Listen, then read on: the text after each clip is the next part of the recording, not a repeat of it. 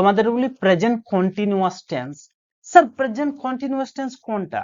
মানে আমার মনে হাজার রকম কথা ঘুরছে, আমি কোন কথাটাকে প্রেজেন্ট কন্টিনিউয়াস টেন্সে রাখবো? আমি ভাত খাই, আমি ভাত খাচ্ছি, আমি ভাত খেয়েছি, আমি ভাত খাবো, আমি ভাত খেয়েছিলাম।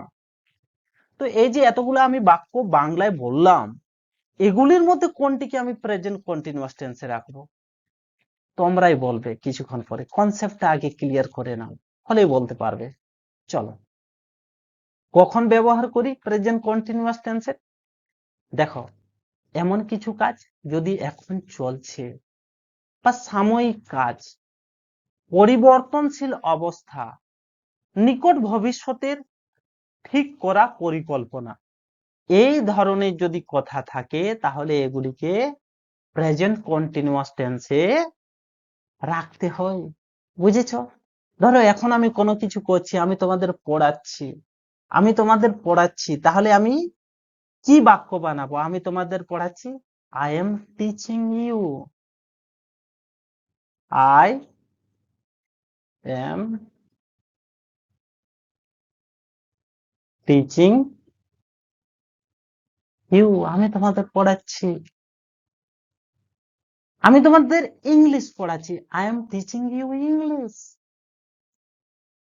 এখানে দেখো আমাদের বাক্য উদাহরণ অলরেডি আমি লিখে রেখেছি তোমাদের জন্য। আমি এখন পড়ছি, I am reading now.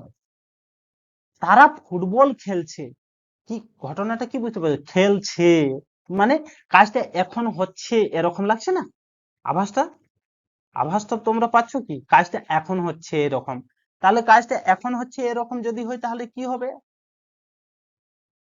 Present continuous tense হবে। স্যার প্রেজেন্ট কন্টিনিউয়াস টেন্স আমরা কি করে করব?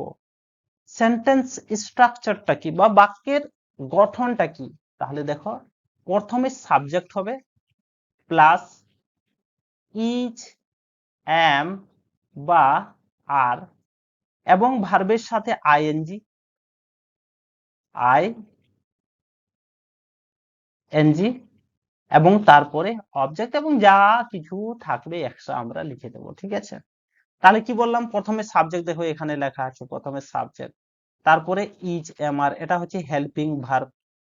ঠিক আছে? তিনটার মধ্যে যে কোনো একটা, তারপর ভার্বের সাথে আইএনজি, তারপর অবজেক্ট বা যা কিছু থাকবে আমরা সেগুলা লিখতে পারি। তাহলে এম কখন বসে তোমাদের বলে দিই, প্রথমে এম বসে আয়ের পরে, ইজ বসে যদি সিঙ্গুলার সাবজেক্ট হয় তাহলে ইজ বসে, এবং আর বসে যদি বহুবচন সাবজেক্ট থাকে হলে।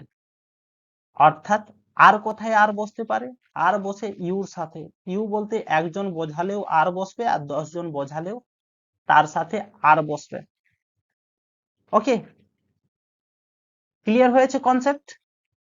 এবার উদাহরণটাই দেখো, তোমাদের এই যে সূত্রটা তোমাদের দিয়েছি, এই সূত্রটার মিল দেখাচ্ছি। দেখো, she is meeting the teacher tomorrow, এটা ভবিষ্যতের। দেখো এখানে আমি নিকট ভবিষ্যতের যদি কথা বোঝায় তাহলেও কিন্তু কি হয়?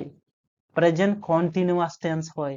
তো দেখো এখানে আগামী কালের কথা বলছে, আর তোমাদের মনে হয় স্যার এটা প্রেজেন্ট কন্টিনিউয়াস টেন্সের কথা বলছে না, মানে এটা কি করে হয়? দেখো এটা নিয়ম, নিকট ভবিষ্যতে এই কাছেই হবে এরকম যদি ঘটনা থাকে তাহলে প্রেজেন্ট কন্টিনিউয়াস টেন্সে আমরা লিখবো। She is meeting the teacher tomorrow, সে আগামীকাল শিক্ষকের সঙ্গে দেখা করছে। করছে কথাটা টনটাই ধ্যান দাও তোমরা, সে আগামীকাল শিক্ষকের সঙ্গে দেখা করছে। করছে, বুঝতে পারছো তো? এই করছে বোঝাচ্ছে মানে এটা প্রেজেন্ট কন্টিনিউয়াস টেন্স হবে।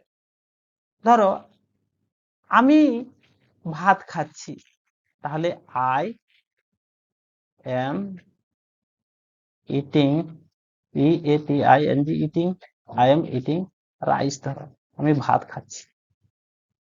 সাবজেক্ট দেখো এখানে তোমাদের কি বলেছি, সাবজেক্ট প্রথমে আছে, সাবজেক্ট, হেল্পিং ভার্ব দিয়েছি এম, তারপর ভার্ব ইট, ভার্বের সাথে আইএনজি আছে, এবং রাইস অবজেক্ট আছে।